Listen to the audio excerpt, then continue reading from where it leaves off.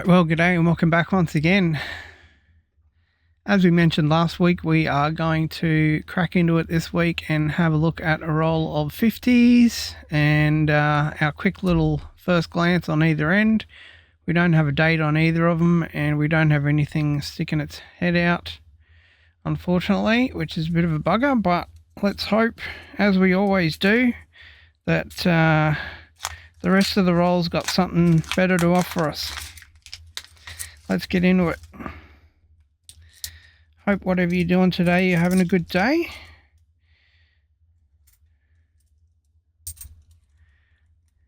All right. So, first cab off the rank here. Still a bit of a focus. 2000, that's in pretty good condition. Oh, and that's an interesting one to start things off with. So this is one of the ones where we can have what's called an incused flag. So this flag here actually pokes out. So the middle of the flag itself on the one that we're looking for will actually be sticking out. So if you put it sort of sideways, you'd be able to see it. But unfortunately, this does not look like the one that we're after, because it's pretty obvious once you sort of get used to having a little bit of a look at it, that this sort of cross part of the flag sort of sticks out. So, a bit of a bugger. Unfortunately, no go on that.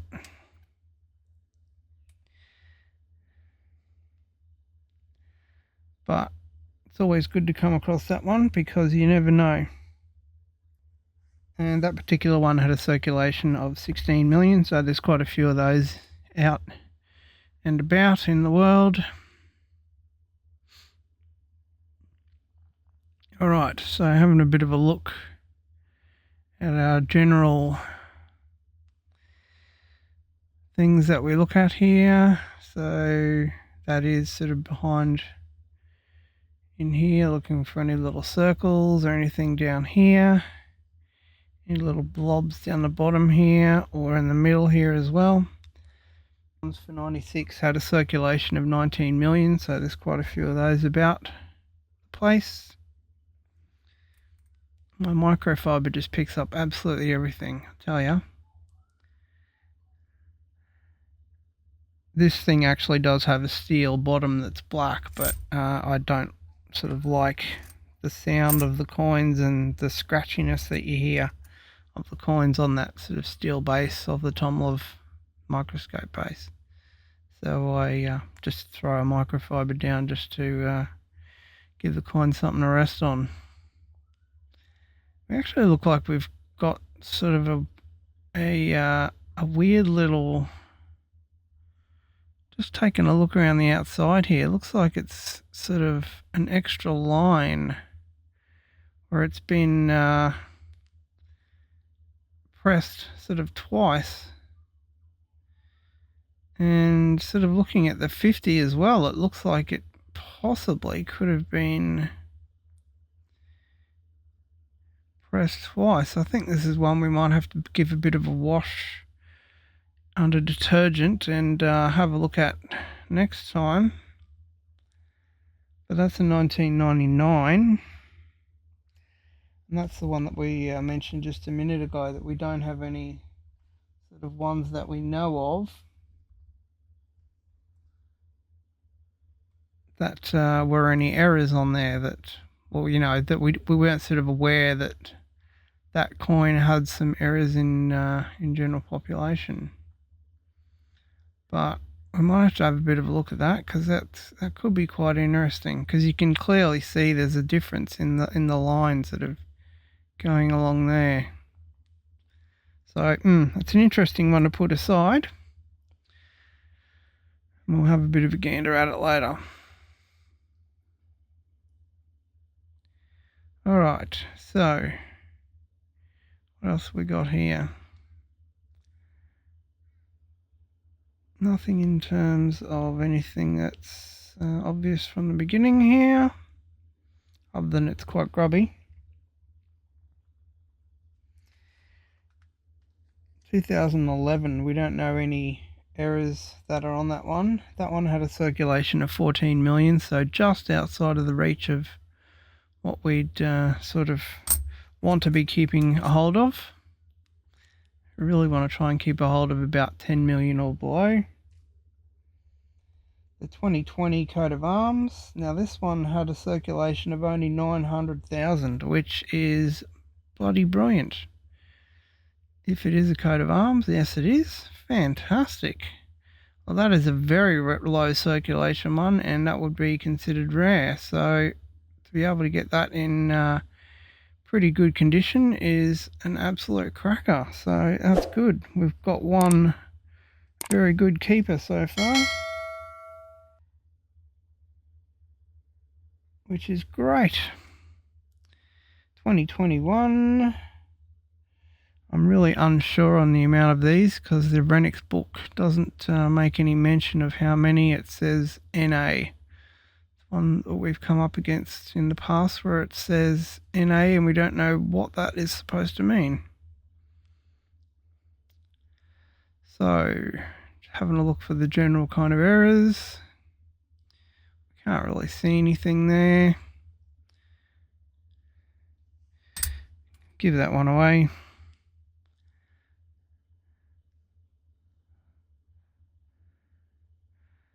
Alright, next up.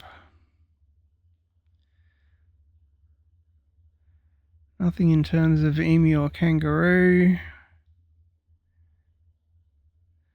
Looks like a little bit of a kind of outline along the 5 and the O there on the 50.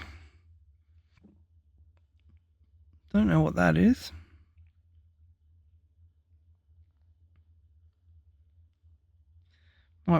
Might just be one of those paralysis by analysis things from looking at the coins too long. But no, if you look at it compared to the other ones, you sort of can't really see anything there. So that might be one we put aside. Just have a bit of a look at later. Just to see if we can get any anything of interest out of it. That one had a circulation of 17 million. And we can't see any obvious sort of rotation errors or anything there either. Right. Next up here. An 06.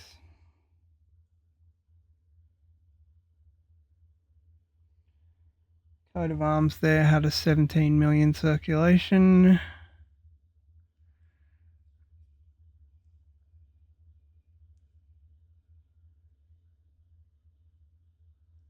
Nothing there in terms of a circulation of a rotation error or anything.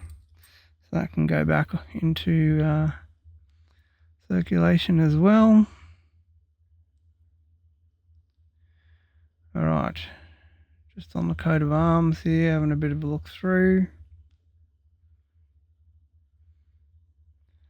Not too much there to report.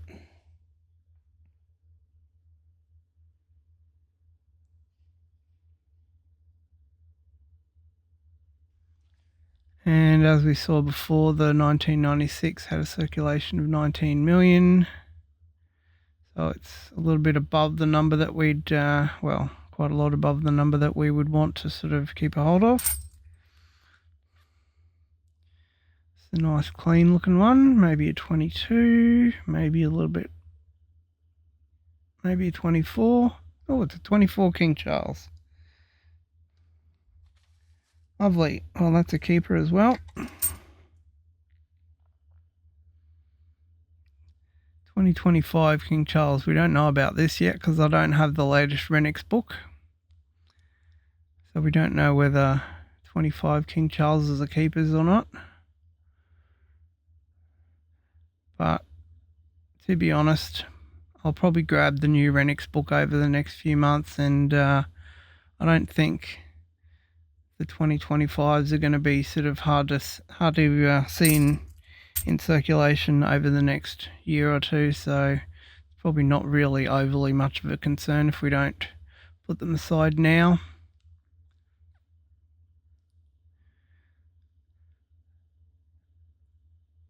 And starting things off there, nothing in between the 5 and the O.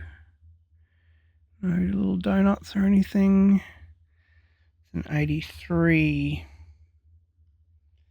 Had nothing listed for 83s in terms of general kind of errors. And that coat of arms had 48.5 million circulation, so there was quite a few of them.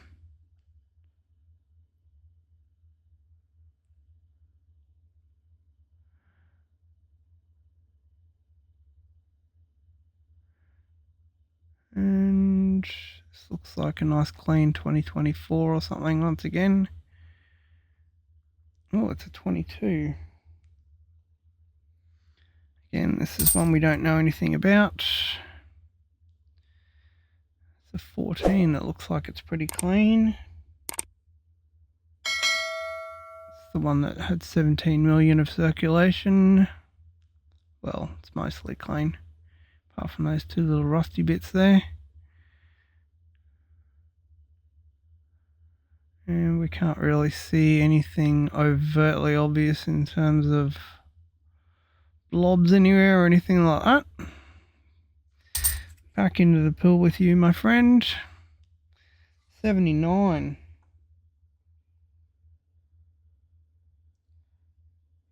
Coat of arms. So if it's the normal one, it has a circulation of 24 million.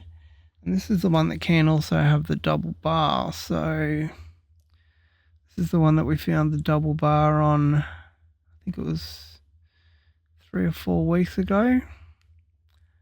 I'm not seeing any double bars on this, unfortunately. Bit of a bugger. But I was surprised that I actually got that one double bar, to be honest, because I'd never actually seen one before. Oh, here we go. And this is the other one that we do come across every now and then, the World War I. We're looking for the blob of metal there, or also the blob of metal down the bottom of the coat there, and unfortunately we don't have either of those. That's on the 05. That had a circulation of 26 million, so there's plenty of those around.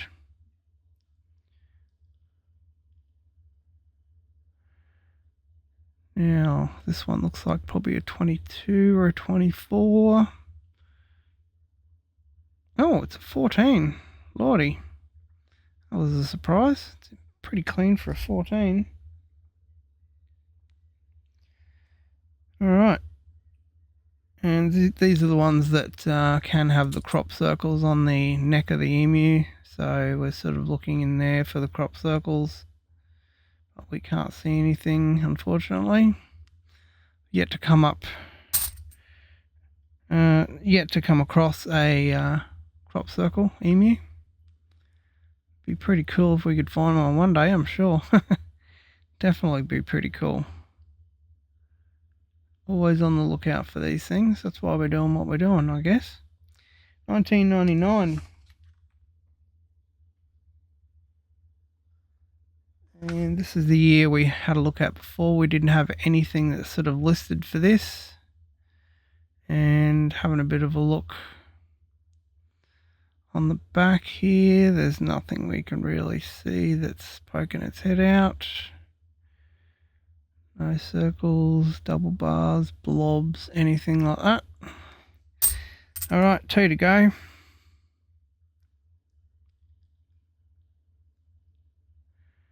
What do we got here? Nothing we can really see that's of interest on the back. 2015.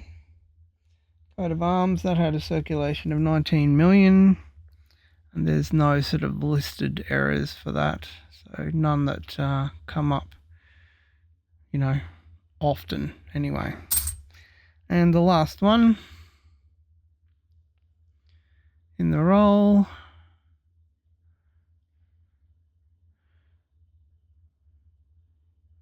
Ooh, we can see the bottom of the 5 there does have quite a bit of metal on it.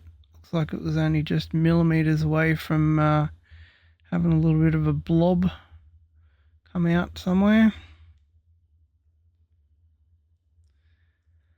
Nothing we can really see there, and that's a 2021.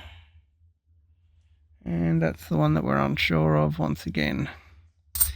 Alright, so our keepers, what have we got? We've got a 2024, which is a keeper for the King Charles. We've got a 2020, which is a supremely low circulation one. Only 900,000 of those were released, so that is brilliant. We are very happy with that one. Not sure how much that's going to be worth, but it should be pretty good. And we've got an 04 and a 1999. Our 04 we had to check. We weren't really sure on what was that on that 04. I can't even remember. Goodness gracious. Oh, that's right, the outer rim here. We weren't really sure what was going on with that. And for this 1999, oh no, the 1999 was the one that we weren't sure about, the outer rim. Yeah, we can see it right there. So that's the one we had to check there with the 1999, even though that's not an error that's listed as coming up very often.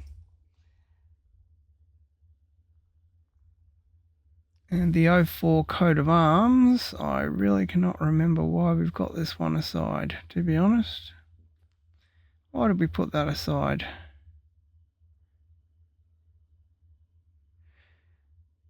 Oh, that's right, because it had the we needed to have a little bit of a closer look at the printing on the 50, because it looked like there was sort of a bit of a double impression there. That's right. So 4 keepers there and 1 absolute mega keeper. All right, well, that was a pretty good one. My favorite coin, the 50 cent. All right, once again, thanks very much for watching. And next time we catch up, we will head on through another roll of dollar coins, and we'll see you then.